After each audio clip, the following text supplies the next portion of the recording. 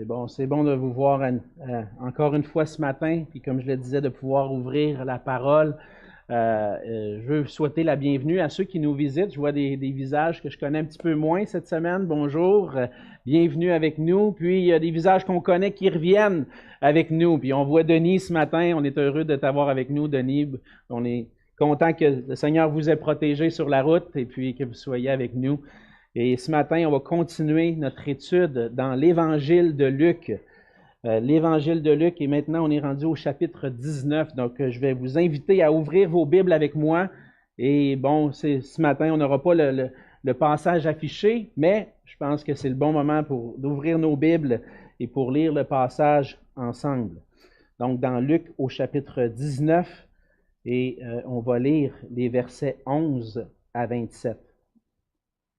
Luc, chapitre 19, verset 11. La parole de Dieu dit ceci. Ils écoutaient ces choses, et Jésus ajouta une parabole, parce qu'il était près de Jérusalem, et qu'on croyait qu'à l'instant le royaume de Dieu allait paraître. Il dit donc, un homme de haute naissance s'en alla dans un pays lointain pour se faire investir de l'autorité royale et revenir ensuite. Il appela 10 de ses serviteurs, leur donna 10 mines et leur dit, « Faites-les valoir jusqu'à ce que je revienne. » Mais ses concitoyens le haïssaient, et ils envoyèrent une ambassade après lui pour dire, « Nous ne voulons pas que cet homme règne sur nous. » Lorsqu'il fut de retour après avoir été investi de l'autorité royale, il fit appeler auprès de lui les serviteurs auxquels il avait donné l'argent, afin de connaître comment chacun l'avait fait valoir. Le premier vint et dit, « Seigneur, ta mine a rapporté 10 mines. » Il lui dit, « C'est bien, bon serviteur, parce que tu as été fidèle en peu de choses, reçois le gouvernement de 10 villes. » Le second vint et dit, « Seigneur, ta mine a produit 5 mines. » Il lui dit, « Toi aussi, sois établi sur 5 villes. » Un autre vint et dit, « Seigneur, voici ta mine, que j'ai gardée dans un linge, car j'avais peur de toi, parce que tu es un homme sévère. Tu prends ce que tu n'as pas déposé et tu moissonnes ce que tu n'as pas semé. » Il lui dit, « Je te juge sur tes paroles, méchant serviteur. Tu savais que je suis un homme sévère, prenant ce que je n'ai pas déposé et moissonnant ce que je n'ai pas semé. Pourquoi donc n'as-tu pas mis mon argent dans une banque afin qu'à mon retour je le retire avec un intérêt? » Puis il dit à ceux qui étaient là, « Ôtez la mine et donnez-la à celui qui a les 10 mines. » Ils lui dirent, « Seigneur, il a 10 mines. » Je vous le dis, on donnera à celui qui a, mais à celui qui n'a pas, on ôtera même ce qu'il a. Au reste, amenez ici mes ennemis, qui n'ont pas voulu que je règne sur eux, et tuez-les en ma présence. On va se courber dans un mot de prière.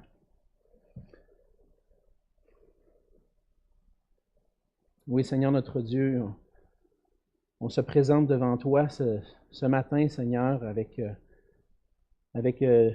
nos faiblesses, nos échecs, comme on l'a chanté, Seigneur. Tu les prends sur toi et puis tu nous fais la grâce, Seigneur, de trouver en toi le pardon pour nos péchés.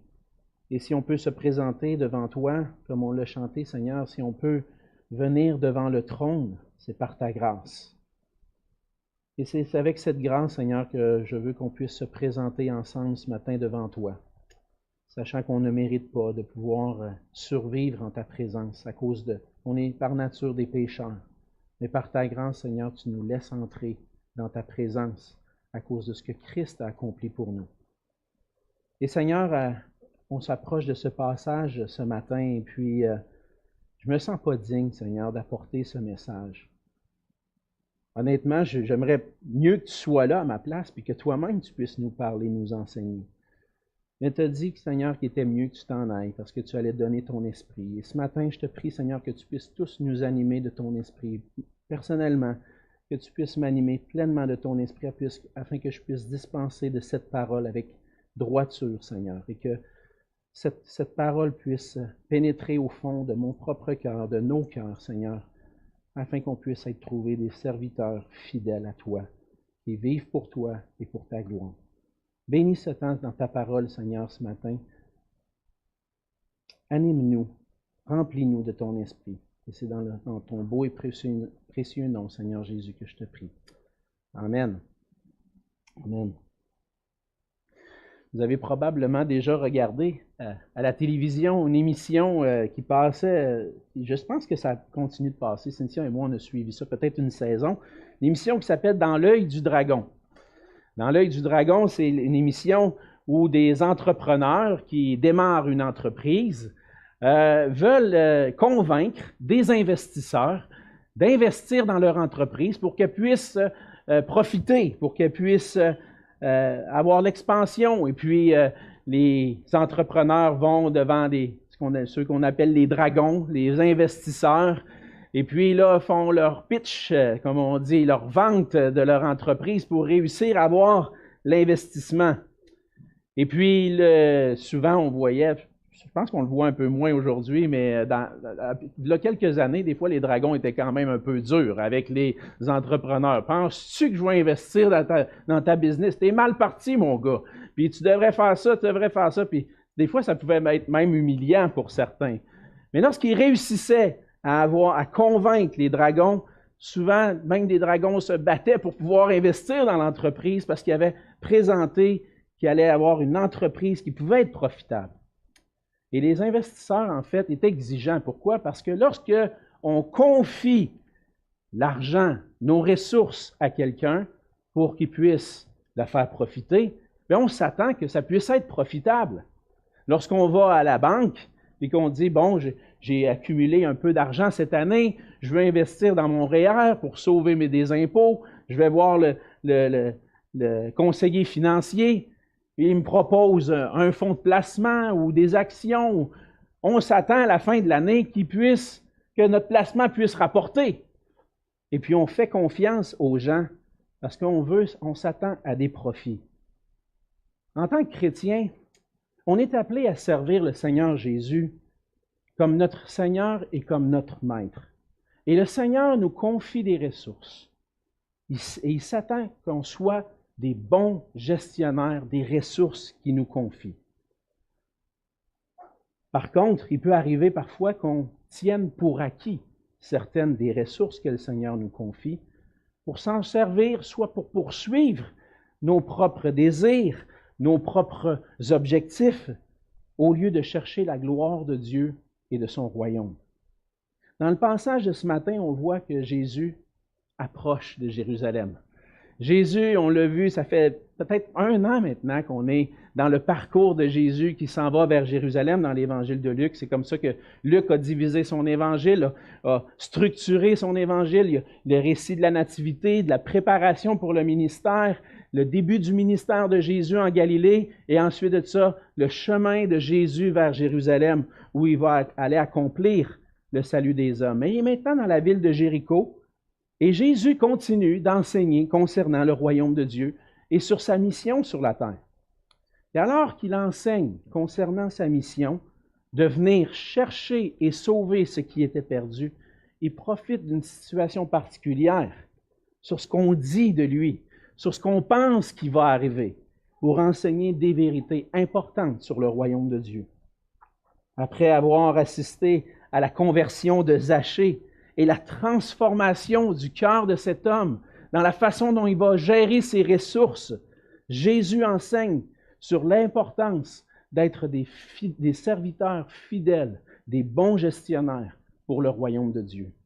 Et en travers de ce passage, Luc veut nous faire voir et comprendre que Jésus est le roi qui est digne de notre fidèle service à qui nous devrons rendre des comptes. On voit dans les premiers versets du passage, dans les versets 11 et 12, que Jésus va être établi comme roi. Et on s'attend à ce que Jésus va être établi comme roi, mais Jésus doit accomplir quelque chose avant. Jésus ne sera pas immédiatement établi comme roi, mais il va être établi comme roi par sa mort et par sa résurrection. On voit au verset 11 qu'ils écoutaient ces choses et probablement que l'enseignement de Jésus qu'on voit dans le passage suit immédiatement ce qu'on vient de voir, la conversion de Zachée, puis l'explication de qu'est-ce que Jésus est venu faire sur la terre, qui est venu chercher et sauver ce qui était perdu. Et puis les gens croient que parce que Jésus s'approche de Jérusalem, que le royaume de Dieu va paraître immédiatement, que le royaume de Dieu va être évident. Et comme Jésus est à Jéricho, il est à environ, comme je l'ai mentionné la semaine dernière, environ 40 kilomètres de Jérusalem. On parle à peu près de 6 heures de marche. Donc, on peut dire à peu près une journée de marche de Jérusalem. Les gens savent où il s'en va. Jésus l'a annoncé d'avance. Il s'en va à Jérusalem et les gens vont dire « Hey, c'est là que le royaume de Dieu va paraître. » Pourquoi? Parce que Jérusalem, c'est la place où les grands rois ont demeuré. C'est là qu'il y avait le palais des rois, des grands rois de l'histoire d'Israël. On pense au roi David qui avait son palais à Jérusalem. Salomon, l'apogée de la gloire d'Israël avec les richesses de Salomon entreposées à Jérusalem. Les grands rois d'Israël ont régné à Jérusalem. Et Jésus, s'il est le roi, s'il est le Messie promis, le royaume de Dieu va paraître, il rentre à Jérusalem, il va venir pour régner. Mais Jésus, ce n'est pas tout à fait ça qu'il est venu accomplir. Premièrement, il doit accomplir quelque chose d'autre. Tous ne comprenaient pas ce que Jésus était en train d'accomplir. Et même après la résurrection de Jésus, les disciples ne comprenaient pas tout de ce que Jésus allait accomplir. Jésus ne va pas rentrer à Jérusalem maintenant pour régner à Jérusalem. Même après la résurrection, les disciples s'attendaient que Jésus rétablisse le royaume d'Israël. On lit entre autres dans Actes au chapitre 1, les versets 4 à 7. Je vais vous le lire. Comme il se trouvait avec eux, il leur recommanda de ne pas s'éloigner de Jérusalem, mais d'attendre ce que le Père avait promis, ce que je vous ai annoncé, leur dit-il. Car Jean a baptisé d'eau, mais vous, dans peu de jours, vous serez baptisés du Saint-Esprit. Alors les apôtres réunis avec lui demandèrent, « Seigneur, est-ce en ce temps que tu rétabliras le royaume d'Israël? Est-ce que c'est quand l'Esprit de Dieu va descendre que le royaume d'Israël va être rétabli? » Et Jésus va leur répondre, « Ce n'est pas à vous de connaître les temps et les moments que le Père a fixés de sa propre autorité. » Et donc, les gens, même les disciples, même les apôtres, peu après la résurrection de Jésus, ne comprenaient pas les temps et les circonstances. Les gens s'attendent que Jésus soit roi immédiatement. Mais Jésus vient pour accomplir quelque chose avant de revenir comme roi. Il vient pour accomplir le salut. Et pour expliquer ce qui s'en vient, ce qui va venir dans la suite, Jésus va enseigner au moyen d'une parabole. Et la parabole des mines annonce que le maître va quitter pour un temps afin de revenir pour régner. Certains peuvent voir dans le passage que à travers ça, le départ de Jésus au ciel après sa mort, sa résurrection, son ascension. J'ai l'impression ici que lorsque on voit l'ensemble de l'œuvre de Luc, que le roi qui quitte pour un temps fait référence à sa mort, sa résurrection et ce qu'il est en train d'accomplir. Et on va aller un petit peu plus loin dans ça. La parabole des mines fait allusion à des événements connus de la part des habitants de Jéricho. On lit dans la parabole qu'il y a un homme de haute naissance qui s'en va dans un pays lointain, un homme qui est né dans la noblesse, qui a hérité, qui peut hériter d'un royaume, et puis qui doit aller dans un pays lointain pour recevoir, officialiser le fait qu'il va être roi. Et puis avant de partir, va donner les 10 mines à ses serviteurs. Mais cette parabole-là fait allusion à des événements qui étaient connus de la part des habitants de Jéricho. Cette parabole-là fait allusion au moment de l'accession au pouvoir d'Hérode Archélaüs, qui a gouverné sur la Judée, la Samarie, puis l'Idumée, entre 4 avant Jésus et 6 après Jésus. Donc Jésus va prendre une parabole, puis avec des éléments qui sont connus de la part des habitants de Jéricho.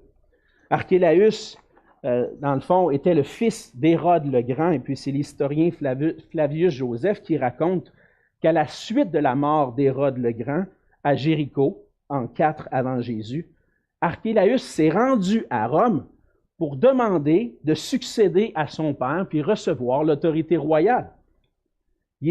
Mais il y avait un problème avec Archélaüs. Il était particulièrement haï par les Juifs.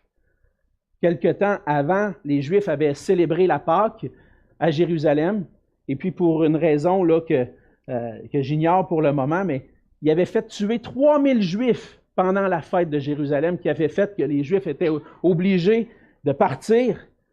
Et puis, les Juifs ont gardé un petit peu de, comment je pourrais dire, de rancune, hein, de la haine dans leur cœur par rapport à Hérode Archélaüs. Et lorsque Archélaüs s'est rendu à Rome pour être investi d'autorité royale, bien, il y a des Juifs qui ont envoyé une délégation pour dire « Non, nous, on ne veut pas que lui règne sur nous. » Et là, Jésus prend cet événement-là et en fait un événement, une parabole, pour parler de son autorité royale à lui, qu'il va recevoir. Et on voit l'attitude des gens par rapport à Jésus dans la parabole. Jésus, c'est le roi qui est promis. Mais Jésus va quitter pour un temps.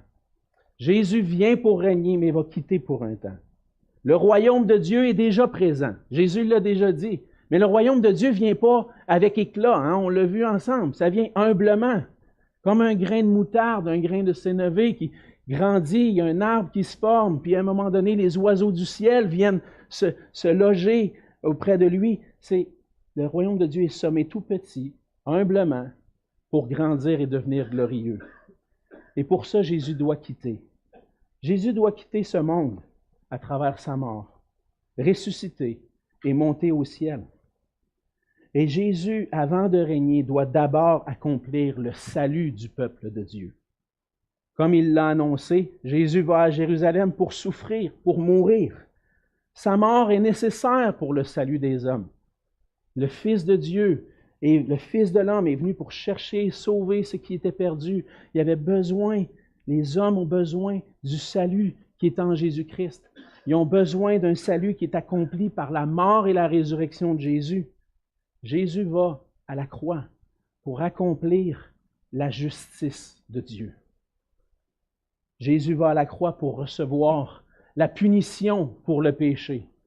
Ésaïe 53 nous dit que c'est sur lui qu'est retombée l'iniquité de nous tous, alors que Jésus est à la croix et reçoit sur son dos, sur lui, tous les péchés des hommes, puis il est puni à notre place, pour qu'on puisse avoir le pardon pour nos péchés. Il accomplit la justice de Dieu, pour que des coupables devant Dieu puissent être trouvés justes devant lui. À la croix, Jésus prend sur lui les péchés des hommes, les péchés de son peuple, pour accomplir la justice de Dieu. C'est ce que Paul va nous dire dans Romains, chapitre 3, les versets 23 à 26. Il dit, car tous ont péché, aucune exception, tous ont péché et sont privés de la gloire de Dieu. Et ils sont gratuitement justifiés par sa grâce, par le moyen de la rédemption qui est en Jésus-Christ. C'est lui que Dieu a destiné à être, par son sang, pour ceux qui croiraient, une victime propitiatoire, afin de montrer sa justice, parce qu'il avait laissé impunis les péchés commis auparavant, au temps de sa patience. Il montre ainsi sa justice dans le temps présent, de manière à être juste, tout en justifiant celui qui a la foi en Jésus. Jésus vient accomplir la justice de Dieu, vient recevoir la punition pour le péché, pour que par la foi en lui, on puisse être rendu juste, avoir le pardon de nos péchés et se présenter devant Dieu comme des non-coupables. Nous, qui étions des pécheurs, pouvons être réconciliés avec Dieu par la mort de Christ. Jésus s'en va à Jérusalem, va quitter à travers sa mort, mais va revenir à la vie. Sa résurrection aussi est nécessaire pour notre salut. Par sa résurrection, Jésus démontre qu'il a vaincu le péché et la mort. Et sans la résurrection, on ne peut pas avoir la vie éternelle. Ça prend la résurrection. Jésus montre qu'à travers sa résurrection, qui a enrayé la mort, qui est la conséquence du péché, il montre qu'il peut donner la vie. Dans 1 Corinthiens au chapitre 15, versets 54 à 57, Paul continue en disant « La mort a été engloutie dans la victoire. Ô mort, où est ta victoire? Ô mort, où est ton aiguillon? L'aiguillon de la mort, c'est le péché. Et la puissance du péché, c'est la loi. Mais grâce soit rendue à Dieu, qui nous donne la victoire par notre Seigneur Jésus-Christ. » Pour que Jésus puisse régner, il doit accomplir le salut des hommes à travers sa mort, sa résurrection. Mais il se passe d'autres choses aussi. Son ascension. On ne parle pas souvent de l'ascension et de la cession de Jésus, qui sont importantes pour notre salut. Après sa résurrection, Jésus est monté au ciel. Il a été élevé à la droite de Dieu. Et c'est à ce moment-là qu'il a été reconnu comme le roi. C'est là qu'il a reçu l'autorité royale, même s'il était déjà roi, mais pour notre salut, pour les Juifs, pour le peuple de Dieu, pour notre salut, Jésus est établi comme roi sur le royaume de Dieu alors qu'il monte au ciel et qu'il s'assoit à la droite de Dieu après avoir accompli tout ce qui était nécessaire. Les apôtres ont fini par comprendre ça. Dans Actes au chapitre 2, les versets 32 à 36, au jour de la Pentecôte, Pierre prêche l'Évangile aux Juifs qui sont de partout, qui viennent à Jérusalem, et il leur dit, c'est ce Jésus que Dieu a ressuscité, et nous en sommes tous témoins. Élevé par la droite de Dieu, il a reçu du Père le Saint-Esprit qui avait été promis, et il l'a répandu, comme vous le voyez et l'entendez. Car David n'est point monté au ciel, mais il dit lui-même, le Seigneur a dit à mon Seigneur, assieds-toi à ma droite, jusqu'à ce que je fasse de tes ennemis ton marchepied. Que toute la maison d'Israël sache donc avec certitude que Dieu a fait Seigneur et Christ, ce Jésus que vous avez crucifié. Quand est-ce que Jésus a été couronné roi? Lorsqu'il est monté au ciel et qu'il a tout accompli pour notre salut. Le royaume de Dieu commence à s'établir. Le Saint-Esprit est envoyé, répandu dans le cœur des croyants qui partent par la puissance du Saint-Esprit annoncer cette bonne nouvelle de l'Évangile, du pardon des péchés, de la vie éternelle. Par le salut que Jésus a accompli, Jésus est maintenant le roi que nous devons servir. Et c'est ce que la parabole va nous enseigner. On voit dans la parabole que le maître va confier des responsabilités à ses serviteurs. Il appelle 10 de ses serviteurs, il leur confie 10 mines. Il donne une mine, dans le fond, on comprend qu'il donne une mine à chacun. OK? Et puis une mine valait l'équivalent d'environ 3 à 4 mois de salaire. Donc si on met ça aujourd'hui, on pourrait dire 10, 15 000 $ peut-être. Il confie ce montant d'argent-là et il demande à ses serviteurs, fais valoir ça. Je m'en vais, mais je veux que ça continue de profiter, mon affaire. Donc, je vous embauche, je vous engage, venez, vous allez être à mon service, je te confie ce montant d'argent-là, puis je m'attends qu'à mon retour, je puisse avoir fait du profit. Alors, le maître va s'attendre à une bonne gestion de ses serviteurs. Les serviteurs sont payés pour être à son service. Puis le maître a un pouvoir sur eux. Un employé qui est au service de ses supérieurs, même quelqu'un qui est à son compte, est au service de d'autres. Si tu travailles pour un employeur, tu es au service de ton employeur. Mais si tu travailles à ton compte, tu es au service de tes clients. C'est le client, le patron. Hein, je vois Laurent qui dit oui, qui était photographe pendant plusieurs années. Et puis, le patron, c'est les mariés qui veulent avoir des belles photos. Hein, c'est ça. Et puis, si tu es en entreprise, M. Bouchard a eu une entreprise aussi, plusieurs ont été entrepreneurs. Si tu offres le service, puis que le patron n'est pas content, il n'y aura pas le chèque. Donc, on s'attend à un bon travail de ta part. Lorsque tu sers les autres, on s'attend à ce que tu sois des bons gestionnaires. L'image dans cette parabole-là est évidente. Jésus va être établi comme roi. C'est lui le maître. C'est lui qui confie des responsabilités à ses serviteurs. Mais la question qui va venir dans le passage est la suivante. Quelle sera l'attitude des serviteurs envers lui? On voit dans le reste de la parabole 3 attitudes par rapport à Jésus. Certains citoyens vont refuser de reconnaître Jésus comme roi. Certains vont refuser de le reconnaître comme roi. C'est ce qu'on voit dans le verset 14. Les concitoyens le haïssaient, un peu comme les Juifs qui haïssaient Archélaüs. Ils vont envoyer une délégation. On ne veut pas que ce roi-là règne sur nous. Mais c'est la même chose avec le Seigneur Jésus. Plusieurs du temps de Jésus, puis je pense que Luc fait référence particulièrement aux Juifs du temps de Jésus, vont dire, on ne veut pas qu'il règne sur lui. Il n'est pas le Messie. On ne veut pas qu'il soit notre roi, lui. Donc, certains vont refuser que Jésus règne sur eux. Et encore aujourd'hui, la majorité des gens autour de nous ne veulent pas recevoir Jésus comme leur roi. Je voulais faire un test, puis aller dans la rue tout à l'heure, poser la question à quelqu'un. Voulez-vous que Jésus soit votre roi puis qu'il règne sur votre vie? Posez la question comme ça, sans rien d'autre. Bonjour, je vais vous poser une question. Voulez-vous que Jésus soit votre roi puis qu'il règne sur votre vie? On s'attend un peu à la réponse, hein? Non. Voulez-vous vous soumettre à l'autorité de Jésus puis de sa parole? Faire sa volonté? Être un bon gestionnaire dans le royaume de Dieu? Non, ne m'intéresse pas. Tu crois encore à ces affaires-là, toi? C'est plus ça hein, qu'on aurait comme réponse. Mais il faut se rappeler qu'avant de reconnaître Jésus comme roi, on était tous dans cet état-là. Naturellement, on ne veut pas de Jésus comme roi sur notre vie. C'est la nature même de notre cœur, à cause qu'on est des pécheurs, affectés par le péché. On ne veut pas l'autorité de Dieu puis de Jésus-Christ dans notre vie.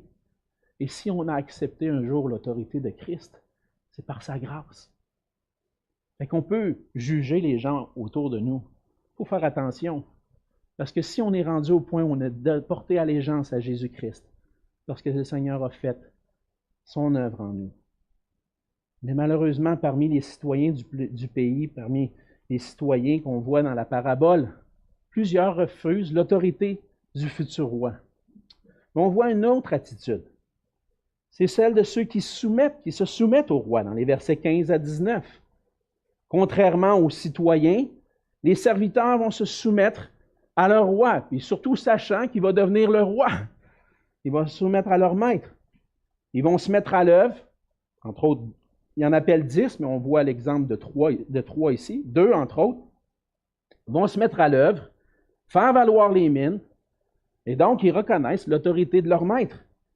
Ils savent qu'il va devenir roi. Je suis aussi bien me soumettre, puis de me mettre à l'œuvre, puis obéir à sa parole. Donc, ils se soumettent à lui, ils obéissent, et ils demandent, dans le fond, ils font ce que le maître leur demande. Et lorsqu'on vient à Jésus-Christ, lorsqu'on le reconnaît comme roi et maître de notre vie, on doit obéir à sa parole. Le Seigneur nous indique dans sa parole qu'est-ce qu'il attend de nous. On a besoin de le reconnaître comme roi, mais reconnaître Jésus comme roi conduit à l'obéissance. On a enseigné ça tantôt dans le chant avec les enfants. Hein? Si tu crois en Dieu, si tu crois réellement en Jésus-Christ, qu'est-ce qui va montrer que tu crois réellement? L'obéissance. Tu vas être obéissant au Seigneur Jésus. Il est le Seigneur, le maître de ma vie. Il peut me demander ce qu'il veut. Il peut me demander d'être, plus particulièrement dans la parabole, d'être un bon gestionnaire de ses ressources. Tu peux dire, ouais, mais Jésus ne m'a pas donné de mine à moi. Il ne m'a pas donné de mine, je ne sais pas trop quoi faire, là, qu'est-ce que Jésus demande. C'est quoi les ressources que Dieu me donne que je dois gérer? On prend le temps de penser. Tout ce qu'on a vient de Dieu. Qu'as-tu que tu n'aies reçu? Hein? Tu l'as reçu du Seigneur. Que ce soit les dons, le don qu'il t'a donné par le Saint-Esprit pour servir les frères et sœurs, que ce soit les ressources matérielles, le temps que tu as à vivre. Prends toutes les ressources que tu as dans ta vie. D'où ça vient? Ça vient du Seigneur Jésus. Ça vient de Dieu lui-même. Jésus t'a donné son salut. C'est-tu pas un don merveilleux, ça? Il t'a confié un salut merveilleux. Il t'a donné son esprit avec ses dons. Puis il te demande maintenant d'aimer tes frères et sœurs, de mettre à leur service le don, les ressources qu'il te confie. Donc, si tu ne sais pas trop quoi faire, commence en allant lire l'Évangile de Luc. Repasse à travers. Tu vas voir qu'il y a beaucoup de choses que Jésus nous demande. Jésus nous demande d'aimer notre prochain. Dans le livre des Actes, on voit que le mandat de l'Église, c'est de témoigner de Jésus-Christ, de former des disciples.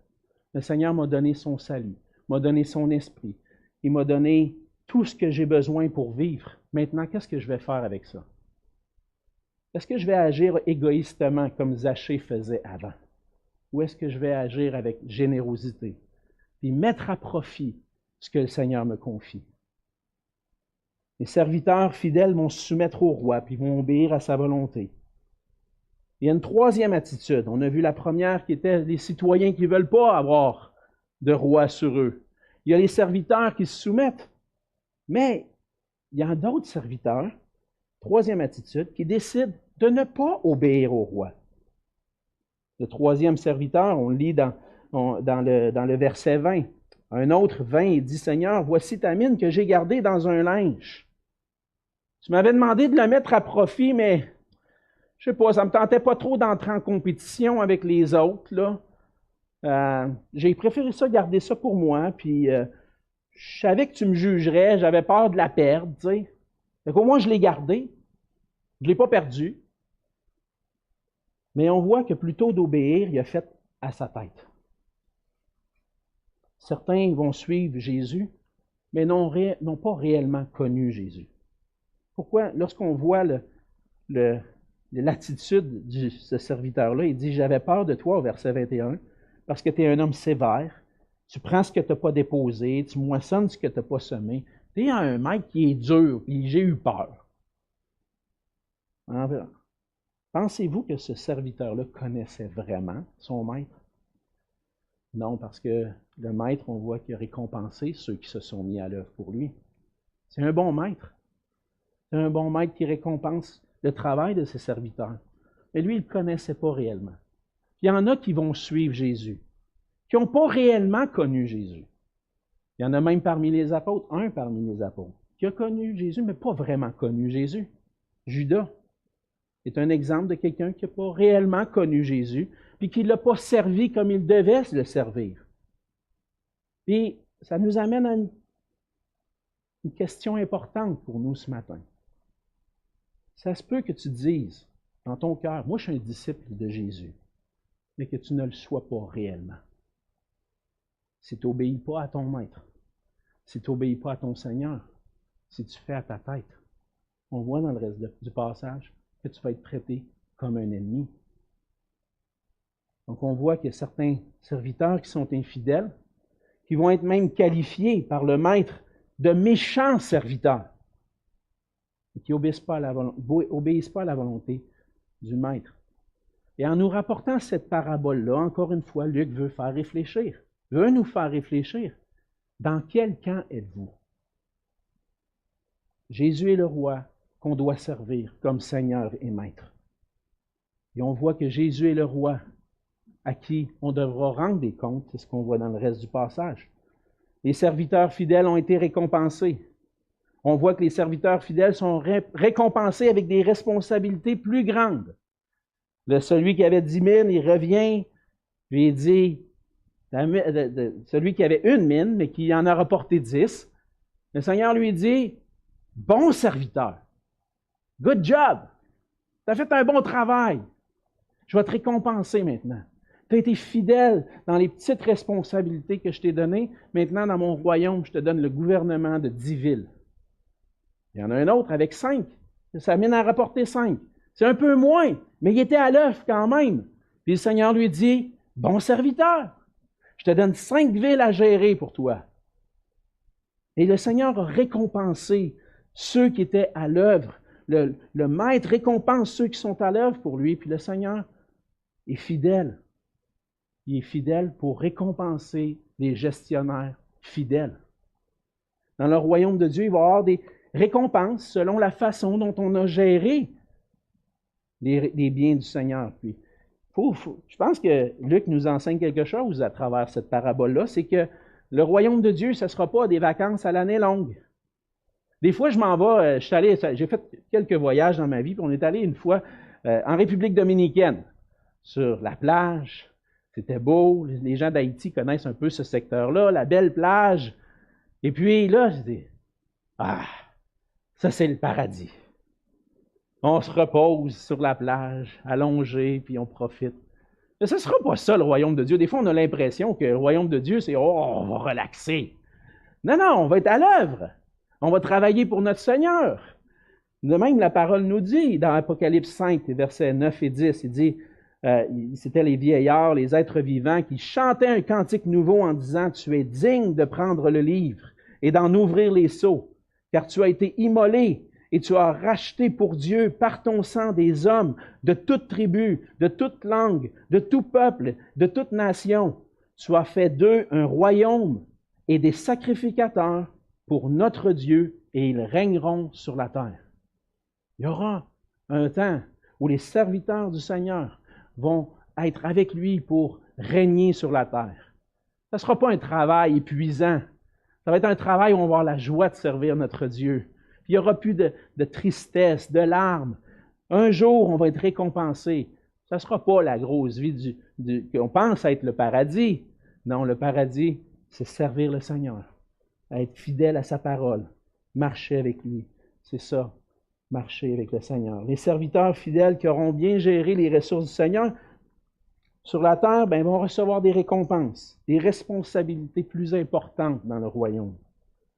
Les serviteurs infidèles vont être jugés. On voit dans la parabole que le serviteur qui n'a pas été fidèle à exécuter la volonté de son maître, au lieu de mettre à profit ce que le maître lui a confié, il ne fait rien, il n'est pas un bon gestionnaire.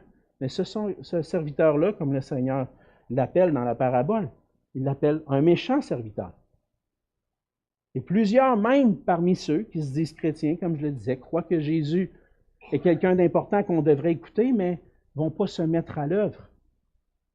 Attention. Regardez ce qui arrive au serviteur qui prend à la légère la parole de Dieu. Le serviteur qui ne met pas en pratique la parole est considéré comme un serviteur méchant qui est en réalité un ennemi de son maître. On lui enlève ce qu'il a.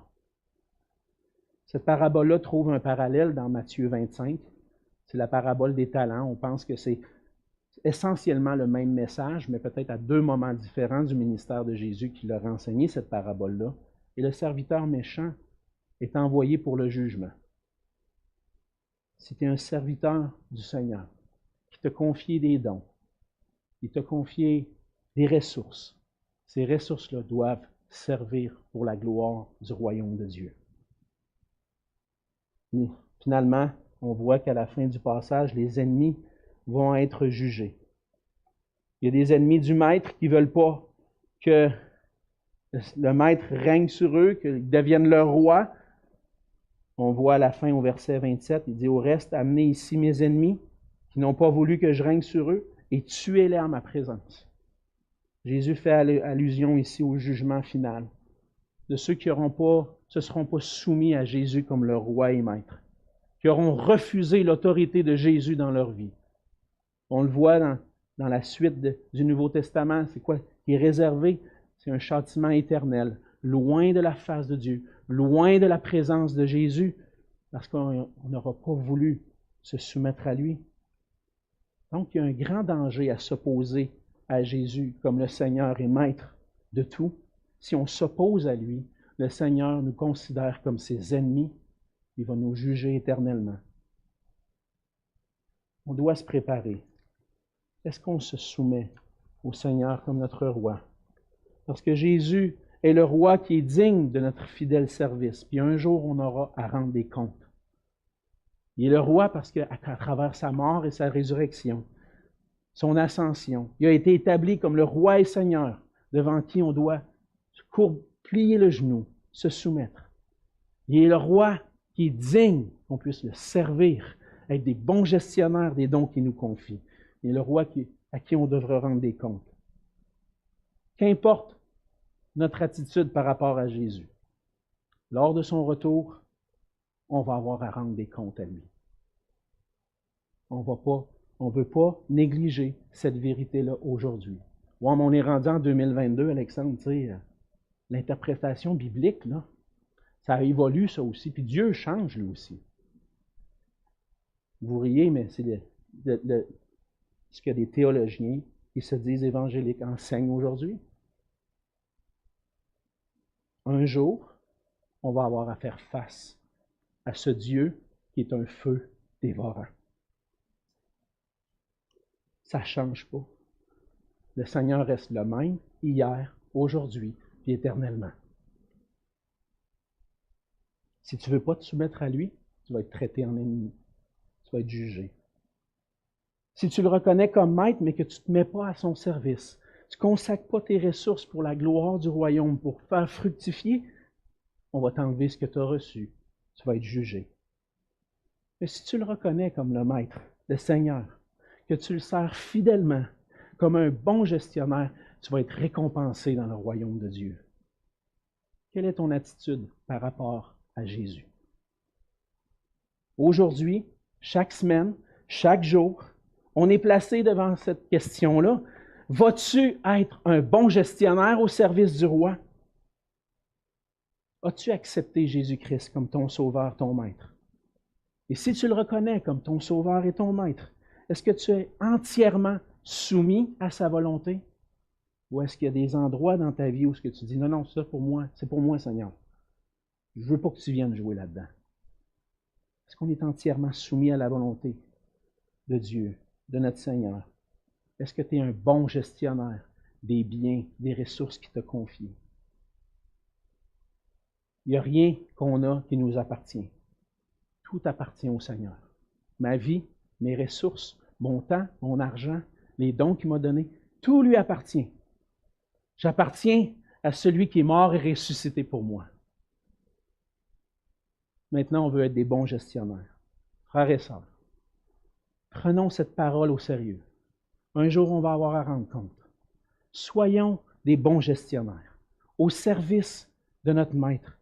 Soyons à l'œuvre pour mettre à profit, pour la gloire de Dieu et de son royaume, toutes les ressources qu'il nous confie. Prions ensemble. Oui, Seigneur notre Dieu, Seigneur Jésus, à travers ta parole, on apprend à te connaître. On te découvre, toi, comme un roi qui est gracieux, qui a manifesté sa grâce envers nous, une grâce infinie, comme on l'a chanté, qui est venu pour un jour nous chercher et nous sauver. Par ta mort, ta résurrection, ton ascension, tu as accompli pour nous le salut, notre salut. On veut te louer, Seigneur Jésus, pour ta grâce envers nous. Merci de nous avoir ouvert les yeux pour qu'on puisse saisir que tu es un maître qui est bon et gracieux envers ceux qui acceptent de se soumettre à ta volonté, qui acceptent de reconnaître leurs péchés, leur rébellion et qui se tournent vers toi. Merci Seigneur de ta grâce envers moi, envers nous. Et Seigneur, permets qu'on ne puisse pas négliger cette grâce que tu nous as faite, de t'appartenir, et qu'on puisse prendre au sérieux ces paroles, Seigneur, que tu nous confies des ressources, des dons particuliers, pour qu'on puisse les mettre à profit pour l'Évangile, pour le royaume de Dieu. Ne fais pas qu'on soit des auditeurs oublieux ce matin, Seigneur, mais qu'on puisse être des serviteurs qui se mettent à l'œuvre pour ta gloire, pour la gloire de ton royaume. Transforme nos cœurs, Seigneur. Aide-nous à t'amener, à confesser devant toi ce qui nous retient parfois de te servir. Fais de nous des bons gestionnaires, afin que tu puisses être glorifié par nos vies, glorifié par cette Église, Seigneur, et que ton nom puisse être élevé dans cette ville à travers ton Église. Et c'est dans le nom de Jésus que je te prie. Amen.